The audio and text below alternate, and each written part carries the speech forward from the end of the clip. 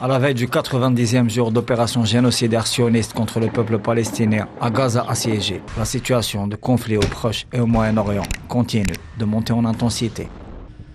Des combats quotidiens marquent la ligne de front au nord de la Palestine occupée, où la résistance libanaise multiplie les initiatives et a annoncé avoir ciblé la base militaire stratégique d'observation radar et de contrôle aérien de Méron avec 62 missiles de types différents.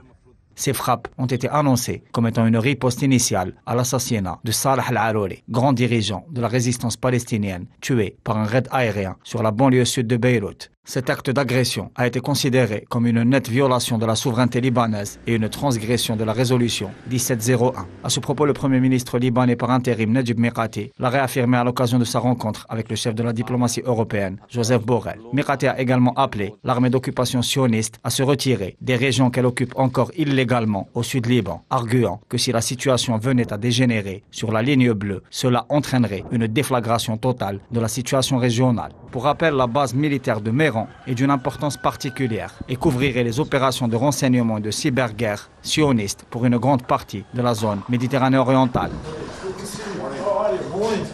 D'un autre côté, le secrétaire d'État américain Anthony Blinken effectue une autre tournée dans la région, alors que l'administration américaine continue d'essuyer des critiques virulentes concernant son rôle dans le soutien aux opérations génocidaires menées par l'armée d'occupation sioniste. Le chef de la diplomatie américaine a rencontré son homologue turc Hakan Fidan, comme il a été reçu par le président turc Recep Tayyip Erdogan à Istanbul. Si l'objectif de parvenir à un cessez-le-feu immédiat au Proche-Orient a probablement été au cœur des échanges, la recherche d'une fin à l'escalade en cours dans la région fait partie des préoccupations de Washington. Pour rappel, après le bombardement à Bagdad contre des localisations d'Al-Hajj al-Sha'bi, les organisations de la résistance irakienne ont annoncé l'intensification des opérations de ciblage des bases et des intérêts américains dans la région. Dans ce sillage, des bombardements ont touché une base US dans le Kurdistan irakien et d'autres ont ciblé les alentours de la zone verte dans la capitale irakienne. Plus au sud du côté de la mer Rouge, sur un autre versant, le blocus de la mer Rouge et notamment du détroit de Bab el-Mandeb en solidarité avec la résistance palestinienne se poursuit, alors que les armateurs et autres sociétés de fret maritime internationales ont déjà commencé à emprunter des routes alternatives. La situation dans la région vit plus que jamais sur des charbons ardents et pourrait à tout moment évoluer vers une situation de conflit de haute intensité, embrasant plusieurs fronts.